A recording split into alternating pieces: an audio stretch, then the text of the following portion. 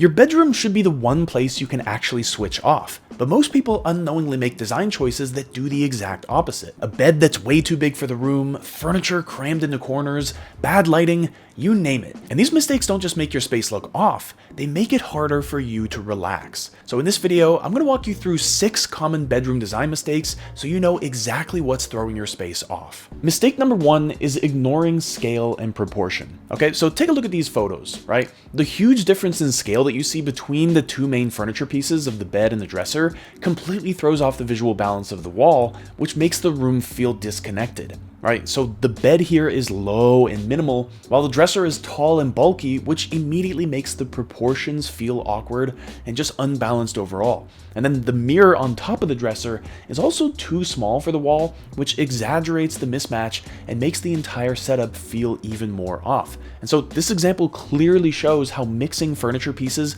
without considering their height and volume can result in a bedroom that feels awkward and poorly planned. So to avoid this, one thing you definitely want to do is always match the height of the bed with the height of your nightstands, which is not what you see here, where the bed is below the nightstand, which means you have to awkwardly reach up if you're lying in bed. And also ensure that larger furniture pieces don't overpower smaller ones, so the room maintains a comfortable and balanced look. Mistake number 2 is overcrowding the room, which generally happens as a result of too many pillows. I mean, there's no question that adding a few pillows can make a bed feel cozy, but piling on too many just completely overwhelms the design of the bed and makes it look cluttered rather than styled. Because when the bed is buried under layers and layers of throw pillows, it stops being functional and you have to actually remove this mountain of cushions just to go to sleep.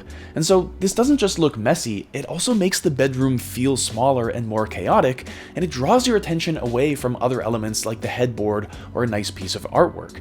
And on top of that, it's just high maintenance because you're constantly fluffing, arranging, and finding space to store all these extra pillows. So the solution is to simplify and edit. 2 sleeping pillows per person, plus 1 or 2 decorative pillows are more than enough to create a clean, inviting look without the clutter. Mistake number 3 is adopting a poor furniture layout, and this can happen in a ton of different ways, but I want to talk about 2 specifically. The first is having your bed pushed into the corner. And so just like you see in this setup, the bed is pushed right against the wall, which disrupts the natural flow of the room and makes it awkward to access. One side of the bed is completely blocked off, which is totally impractical for shared use because one person has to climb over the other to get in and out. And because this layout leaves no breathing room on that side of the bed, it makes the entire bedroom feel more cramped and less functional overall. And so the general principle here is to center the bed on the main wall in the bedroom whenever you possibly can, leaving space for nightstands and clear walkways on both sides.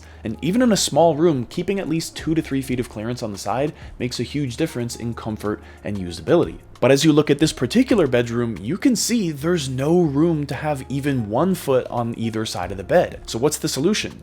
In this case, you really only have 2 options. You get a larger room or a smaller bed. There's nothing else you can really do here. We could twist the bed in the other orientation here, but it's still just going to be too large for the room. And then the second layout mistake I see all the time in bedrooms is when the bed is crowding windows or doors. So just like you see here, the bed is jammed up against multiple windows, which not only makes it harder to open and close the curtains, but it also throws off the entire symmetry of the space. And poor layouts like this one can also limit natural light and airflow because the bed blocks these windows. So a much better approach here is to place the bed on a solid wall where it won't obstruct doors or windows, and where the headboard can act as a natural focal point. And so definitely in this room, but also in many others, just repositioning the bed opens up the room, improves the visual balance, and makes it way easier to navigate. Okay, mistake number 4 is inadequate lighting. And again, there are 2 very common ways that this happens. The first one being relying on a single harsh light source. So in this bedroom, you can see that the only source of light is this one floor lamp,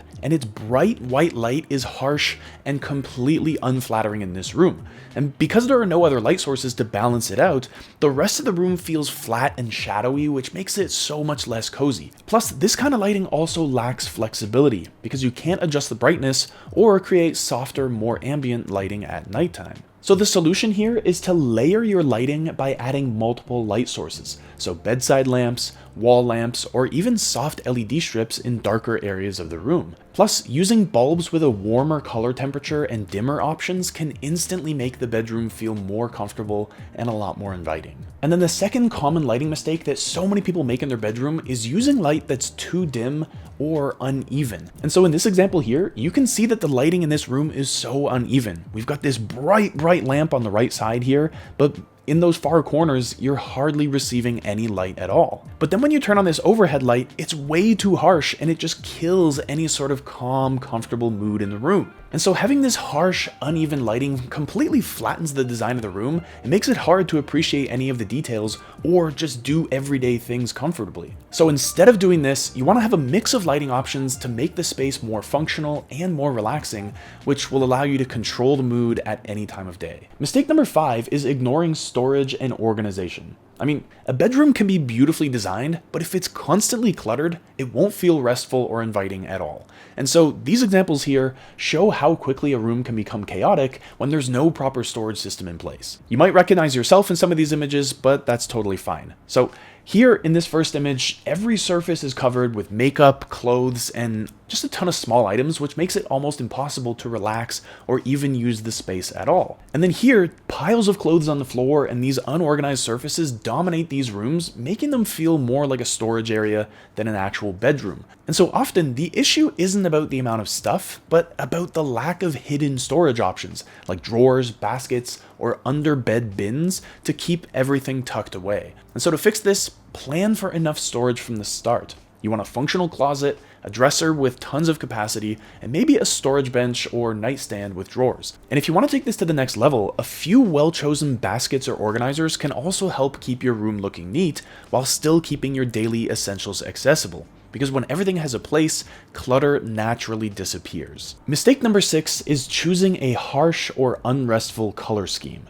And you might be surprised with where I go with this, but bedrooms that rely on an all-white or overly stark color palette can feel more like a hospital room than a cozy retreat. And while having a neutral base is nice, having zero contrast or warmth just makes your bedroom feel cold and uninviting, just like you can see with these bare white walls matched with the white bedding. Because when the wall color and bedding are so close in tone, the room just ends up looking flat and lifeless rather than calm. But at the same time, on the other end of the spectrum, using super dark or bold colors can also make the room feel heavy and visually smaller, which isn't ideal if you're trying to create a restful environment. So the solution is to introduce soft, balanced colors, so light pastels, muted blues or greens, or warm neutrals to add depth and create a relaxing vibe. And beyond that, adding subtle patterns or layered textures can also break up the monotony of flat color schemes. So a great bedroom isn't about filling it with more stuff or following trends. It's about getting the fundamentals right. When the scale is off, the layout is cramped, the lighting is harsh, or the room is buried in clutter,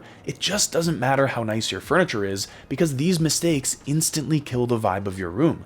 But if you can avoid them, you'll finally have a bedroom that actually feels right. So if you like this video, I've left links to a few similar ones in the description below, or if you want to take your knowledge to the next level and learn how to design a home that both looks and feels great, check out this video up here. I'll see you there.